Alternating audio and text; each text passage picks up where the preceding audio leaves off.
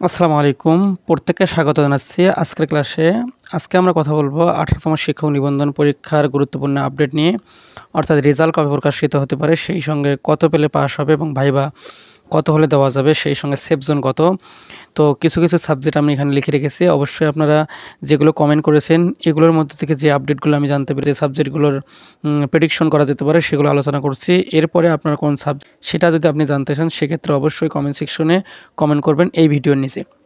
তো প্রথমে আমরা কথা বলবো যে 18তম শিক্ষক নিবন্ধন পরীক্ষার রেজাল্ট কবে। তো আপনারা অলরেডি জানেন যে 15 অক্টোবরের কথা তারা বলেছে যে 15 অক্টোবরে 18তম শিক্ষক নিবন্ধন পরীক্ষার রেজাল্ট প্রকাশিত হবে।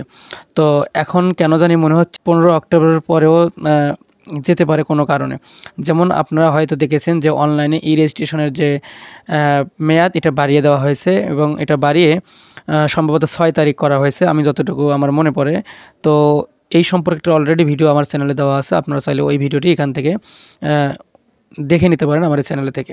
তো সম্ভবত ওই ডেটটা দেওয়া আছে 6 অক্টোবর। তো যেহেতু আগামীকাল পর্যন্ত এটার সময় দেওয়া আছে, তার মানে এই সময়টা বাড়িয়ে দিয়েছে। যদিও তারা বলছে সময়টা আর বাড়িয়ে দিবে না, যদি সময়টা বাড়িয়ে না দেয় সেক্ষেত্রে আশা করছি যে 15 অক্টোবরের মধ্যে রেজাল্ট হবে।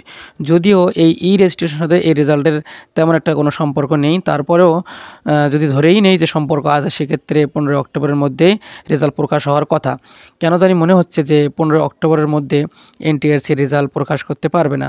তো দেখা যাক, যেহেতু বলেছে এনটিআরসি যে 15 অক্টোবরের মধ্যে রেজাল্ট প্রকাশ করবে, আমরা আশাবাদী যে 15 অক্টোবরের মধ্যেই এনটিআরসি রেজাল্ট প্রকাশ করবে। তো এতটুকু আপডেট। আর একটা ব্যাপার যে খাতা স্ক্যানিংয়ের যে ব্যাপারটা, সেটা হচ্ছে প্রায় শেষ পর্যায়ে কাজ, অলরেডি খাতা স্ক্যানিং শেষ হয়েছে, এইরকম আমরা তথ্য জানতে পেরেছি। তো বিষয়টা রেজাল্টের বিষয়টা যে আপডেট 15 তারিখ পর্যন্ত, এতটুকু পর্যন্ত আমরা জানতে পেরেছি। তো কোনো কারণে এর আগে হতে পারে, এর পরেও হতে পারে, বলা যায় না সেটা। তবে আমরা আশা করছি যে 15 তারিখের আগে আমরা রেজাল্ট পেয়ে যাব। তো এরপরে আসা যাক কত পেলে পাস। তো এই বিষয়টা নিয়ে এর আগে আমি একটা ভিডিও দিয়েছি, তো আপনারা যদি ওই ভিডিওটি দেখে না থাকেন অবশ্যই ভিডিওটি দেখে নেবেন। তো ওখানে আমি বলেছিলাম যে 40 পেলে কিছু সাবজেক্টে পাস হবে। অ্যাকচুয়ালি সব সাবজেক্টেই মূলত 40% পাস তারা উল্লেখ করে যে 40% পেলেই পাস। আদৌ আসলে পাস ফেলের ব্যাপারটি অন্য কিছুর উপর ডিপেন্ড করে, সেটা আমি আজকে এই ভিডিওতে বলবো। প্রথমে আমি যেটা বলতে চাই সেটা হচ্ছে পলিটিক্যাল সায়েন্স এই সাবজেক্টটির ক্ষেত্রে, এই সাবজেক্টে স্কুল পর্যায়ে যে মার্কটি লাগে সেটা হচ্ছে, এখানে যে মার্কটি লাগবে সেটা হচ্ছে 50 থেকে 55, এই মার্ক হলেই স্কুলে হয়। তো এখানে শুধুমাত্র এই পাস মার্ক, এটা কি মার্ক? Pass mark. আমি আবার বলছি পাস মার্ক কিন্তু 40-এ। তারপরেও আপনাকে সেফ জোন, আপনি পাস যদি করতে চান সেক্ষেত্রে আপনার মার্কটি যদি 50 থেকে 55 থাকে সেক্ষেত্রে আপনি শিওর যে আপনি এখানে টিকতে পারবেন।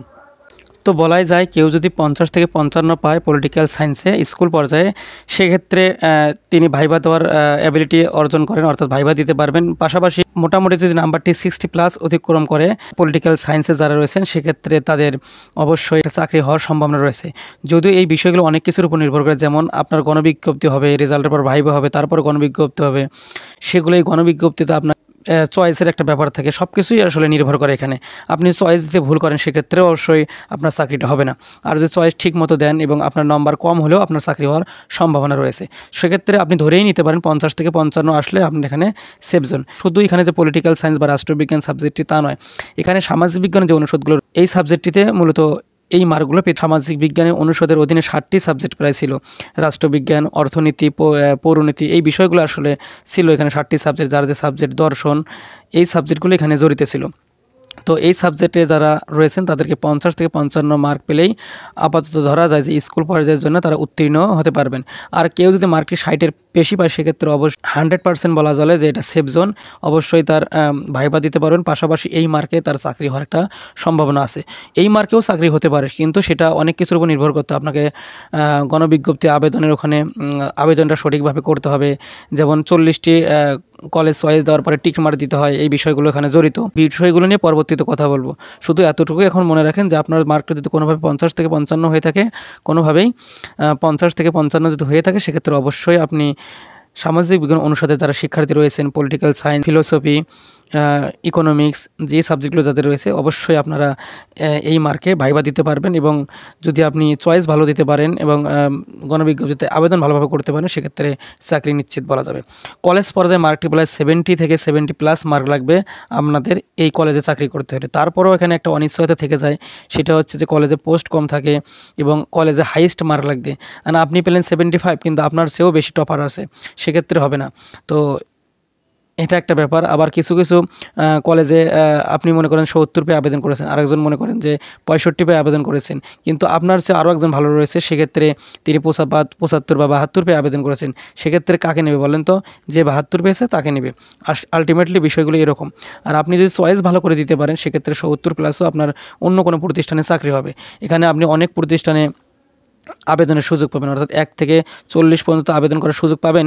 পাশাপাশি 40টা প্রতিষ্ঠান চয়েস দেওয়ার পরেও আপনি গণবিজ্ঞপ্তিতে অ্যাপ্লাই করার জন্য, অর্থাৎ গণবিজ্ঞপ্তি অ্যাপ্লাই করার সময় 40টা কলেজ চয়েস দেওয়ার পরেও আপনি টিকমার্ক যে একটা অপশন আছে, অর্থাৎ সারা বাংলাদেশে কোথায় আপনি চাকরি করতে চান, যেখানেই আপনার চাকরি হবে সেখানে যদি আপনি ইচ্ছুক হন সেক্ষেত্রে আপনাকে একটা টিকমার্ক দিতে হয়। তো এই বিষয়গুলো মূলত এখানে জড়িত।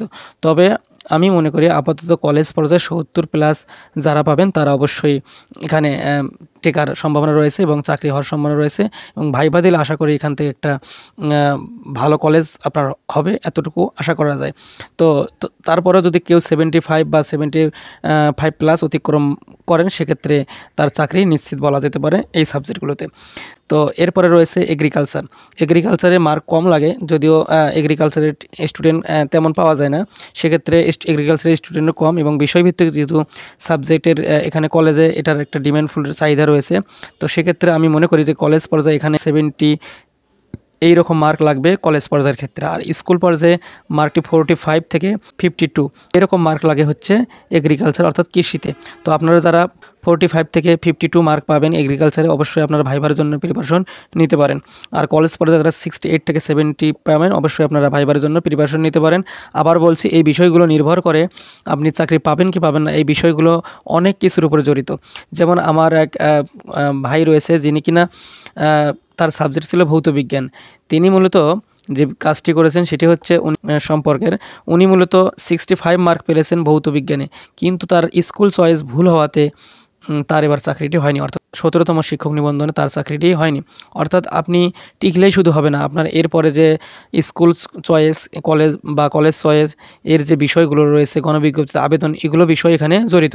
তবে মোটামুটিভাবে বলা যায় 45 থেকে 52 যদি কেউ পায় এগ্রিকালচারে অবশ্যই তিনি ভাইবা দেওয়ার জন্য প্রস্তুত হতে পারেন। এরপরে বায়োলজির সেম কথা, 40+ থেকে 50 এর মধ্যেই নাম্বারটি থাকলে বায়োলজিতে একটা স্কুল পর্যায়ে চান্স হতে পারে। যদিও বায়োলজির ক্ষেত্রে বিষয়টা অন্যরকম, পোস্ট কম থাকে, তবে এই মার্কে যদি আপনি পান 40+ বা 50-এর মধ্যে যদি আপনি পান অবশ্যই আপনি সারা বাংলাদেশের কোথাও না কোথাও চাকরি পাবেন। যদিও স্কুল পর্যায়ে চাকরিগুলো একটু দূরে দূরে হয়, কিন্তু এবার 40+ বা 50 এরকম মার্ক থাকলে বায়োলজিতে চাকরি হবে। আর আপনারা জানেন যে কোনো প্রশ্নে অথবা দেওয়া ছিল না, যার কারণে এবার এই মার্কে চাকরি হতে পারে বায়োলজিতে। অর্থাৎ এটার সাথে আপনার বোটানি আছে এবং জুওলজি আছে, যার যে অর্থাৎ বায়োলজি শাখার মধ্যে যারা অন্তর্ভুক্ত তারা মূলত এই মার্কটি আপনাদের লাগবে।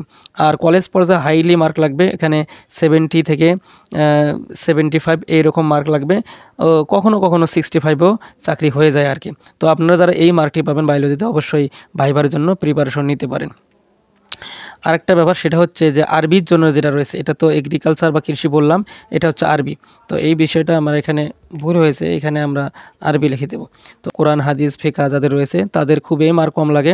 তো এখানে আপনার মার্কটি যদি 50 থেকে 55 মার্ক থাকে সেক্ষেত্রে অবশ্যই আপনার 100% চাকরি হবে, যদি আপনি গণবিজ্ঞপ্তিতে একটা সঠিক চয়েস, শিক্ষা প্রতিষ্ঠান চয়েস এবং সঠিকভাবে আবেদনটা করতে পারেন। সেক্ষেত্রে আপনি ভাইবা পাস করার পর অবশ্যই আপনার এই মার্কে চাকরি হবে। আর কলেজ পর্যায়ে 55+ করলে তো আরবিতে চাকরি নিশ্চিত বলা যেতে পারে। সুতরাং অবশ্যই আপনারা চাকরি পেতে পারেন। আমার এক বড় ভাই, উনি 55+ পেয়েছেন, অর্থাৎ 55 মার্কে পেয়েছেন মূলত লিখিততে। তাহলে 50-এ উনি এখন বর্তমানে 17তম শিক্ষক নিবন্ধনে প্রভাষকে চাকরি করতেছেন মাদ্রাসায়। তো অবশ্যই যারা আরবিতে রয়েছেন 55 পেলেই অবশ্যই আপনাদের চাকরি হবে। আর যদি 55+ পান সেক্ষেত্রে আরও আপনাদের প্লাস পয়েন্ট।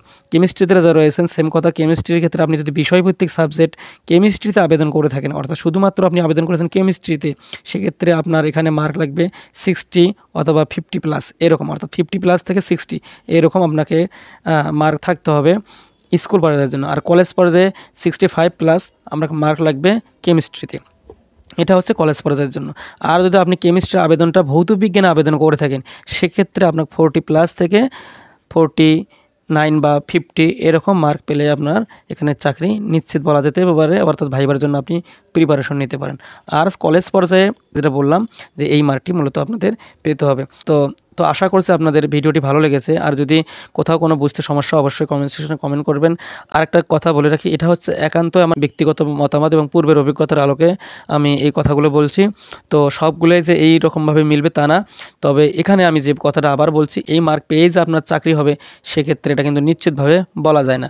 অর্থাৎ এখানে আবেদনের একটা প্রসেস আছে, গণবিজ্ঞপ্তির একটা ব্যাপার আছে, চয়েসের ব্যাপার আছে, শিক্ষা প্রতিষ্ঠান চয়েস এবং কীভাবে আবেদন করবেন এর একটা ব্যাপার আছে, এগুলো এখানে জড়িত।